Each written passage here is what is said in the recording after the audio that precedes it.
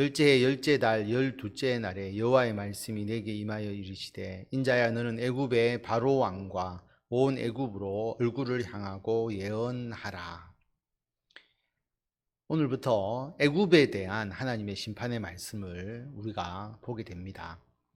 이방 여러 나라들에 대해서 하나님께서 심판의 말씀을 하나씩 말씀하셨고 애굽에 대해서 말씀을 하시는데 그때가 열째 해 열째 달 열두째 날, 그러니까 여호야긴 왕이 포로로 잡혀간 후에 10년 열째 달 열두째 날이 되었다라고 말씀하고 있습니다. 연도로 따지면 기원전 587년 1월 정도가 되고요. 우리가 앞에서 두로에 대한 심판 예언하셨던 그때보다 1년이 더 빠릅니다. 시간 순서로 보면 애굽에 대한 심판의 말씀이 훨씬 더 앞서 있다라고 하는 거죠. 앞에 우리가 두로에 대해서 본 것보다 어떤 의미에서 뒤에 배치가 되었다라고 보시면 됩니다. 애굽에 대해서 하나님께서 말씀하시는 것이 받아들이는 자에게 더 중요하게 받아들였다라고 하는 것을 알 수가 있죠. 그래서 애굽의 바로 왕과 온 애굽으로 얼굴을 향하고 예언하라. 심판에 대한 분명함, 확실성을 말씀하고 있습니다. 너는 말하여 이르기를 주 여호와께서 이같이 말씀하시되 애굽의 바로 왕이여 내가 너를 대적하노라. 너는 자기의 강들 가운데 누운 큰 악어라 스스로 이르기를 나의 이 강은 내 것이라 내가 나를 위하여 만들었다 하는도다. 강에서 가장 힘이 있는 존재가 악어인데 그 악어 중에서도 큰 악어, 애굽을 그렇게 비유를 합니다. 이 애굽이 어떻게 생각하느냐 하면 이 강은 내 것이다. 내가 만들었다. 애굽의 힘이라고 하면 나일강이죠. 가뭄이 오지 않는, 그래서 항상 그 나일강이 범람하여서 땅은 비옥해지고 물 걱정을 하지 않는 나라. 그래서 그 애굽의 영광이 나일강에서 비롯되니까 강에 있는 큰 악어처럼 이 강은 나의 강이고 내가 만들었고 마치 자기가 창조주가 된 듯이 교만하고 있는 애굽의 모습을 이렇게 비유하고 있습니다. 그래서 애굽을 큰 악어로 비유를 했기 때문에 하나님의 심판도 이에 맞게 4절에 보면 내가 갈고리로 내 아가미를 깨고 너의 강의 고기가 내 비늘에 붙게 하고 내 비늘에 붙은 강의 모든 고기와 함께 너를 너의 강들 가운데에서 끌어내고 너와 너의 강의 모든 고기를 들에 던지리니 내가 지면에 떨어지고 다시는 거두거나 모으지 못할 것은 내가 너를 들짐승과 공중의 새의 먹이로 주었습니다. 하나님께서 그 악어를 붙잡아서 죽여서 땅에 던지듯이 하나님께서 애굽을 심판하시겠다라고 말씀을 하십니다. 애굽의 모든 주민이 내가 여호와인 줄을 알리라. 애굽은 본래 이스라엘 족속에게 갈대 지팡이라. 애굽을 심판하시는 이유 중에 하나가 이스라엘에 대한 경고가 거기에 포함되어 있음을 알 수가 있습니다. 애굽이 이스라엘에게 어떤 존재냐? 갈대 지팡이라고 이야기를 합니다. 이스라엘은 애굽을 의지하죠. 우리가 성경에서 보면 가뭄이 일어나면 사람들이 애굽으로 피합니다. 그리고 애굽이 자기를 도와줄 것이다 라고 하는 막연한 기대감을 가지고 있죠. 그래서 나중에 유다의 말기에도 애굽을 의지하여서 바벨론에 대항을 했다라고 하는 것입니다. 그런데 실제로 애굽이 도와주었느냐? 아수르의 침략 때에도 그리고 바벨론의 침략 때에도 도와주지 않았습니다. 그래서 의지를 하기 때문에 이스라엘에게서는 지팡인데 실제로 지팡인데 힘을 주고 의지하면 부러져 버리는 아무 쓸모없는 갈대 지팡이. 지팡이로 구실을 할 수가 없는 거죠. 이스라엘은 지팡이라고 생각하는데 실제로는 갈대 지팡이다라고 하나님께서 말씀합니다.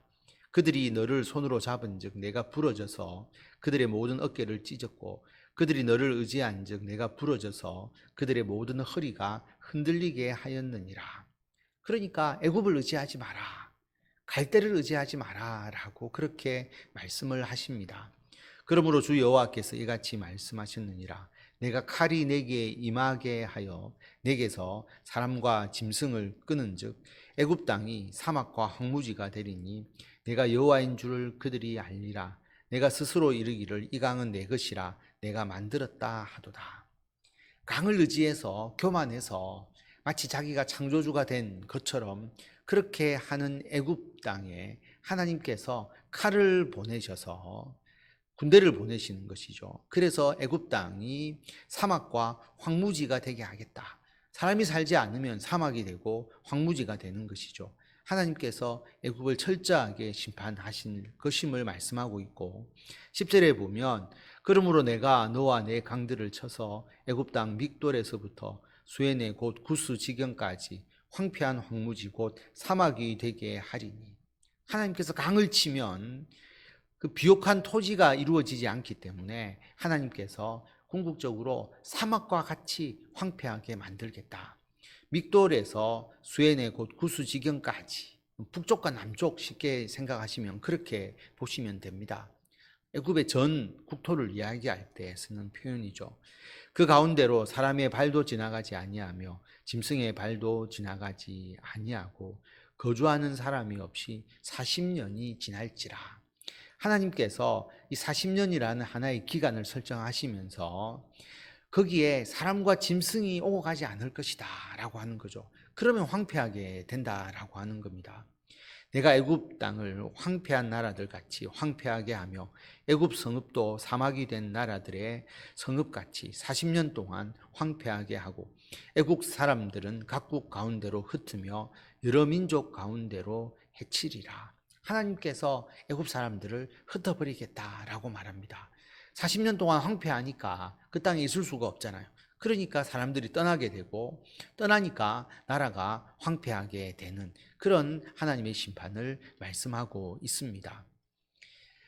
주 여호와께서 이같이 말씀하셨느니라. 40년 끝에 내가 만민 중에 흩은 애굽 사람들을 다시 모아내되 애굽에 사로잡힌 자를 돌이켜 바드로스 땅 곧 그 고국 땅으로 돌아가게 할 것이라. 그들이 거기에서 미약한 나라가 되되.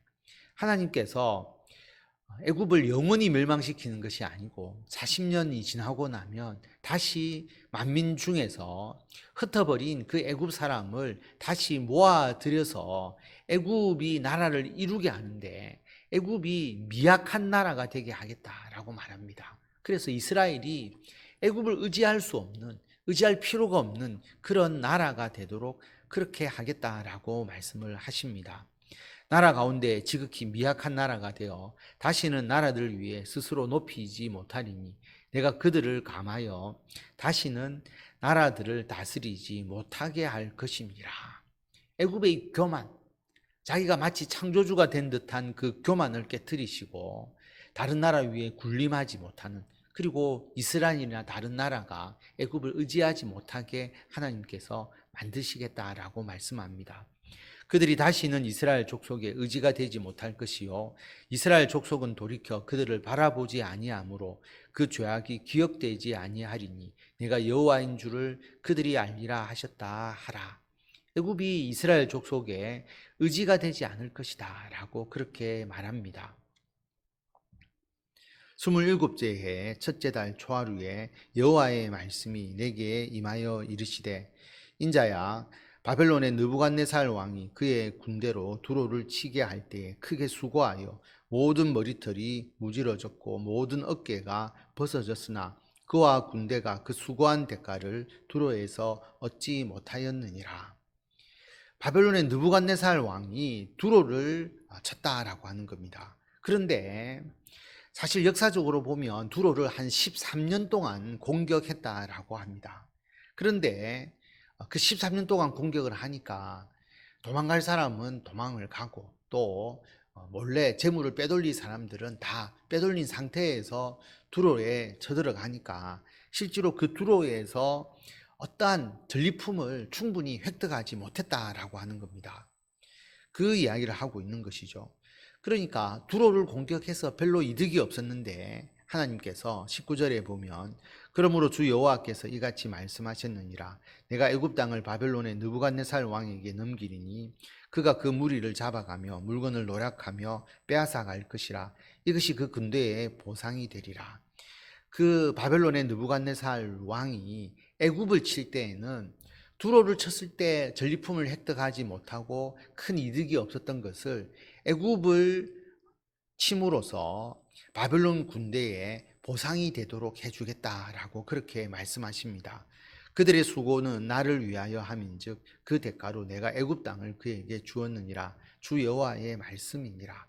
바벨론이 악한 나라지만 하나님의 심판의 도구로서 하나님께서 필요하실 때에 다른 나라를 심판하실 때 바벨론을 들어서 쓰셨잖아요.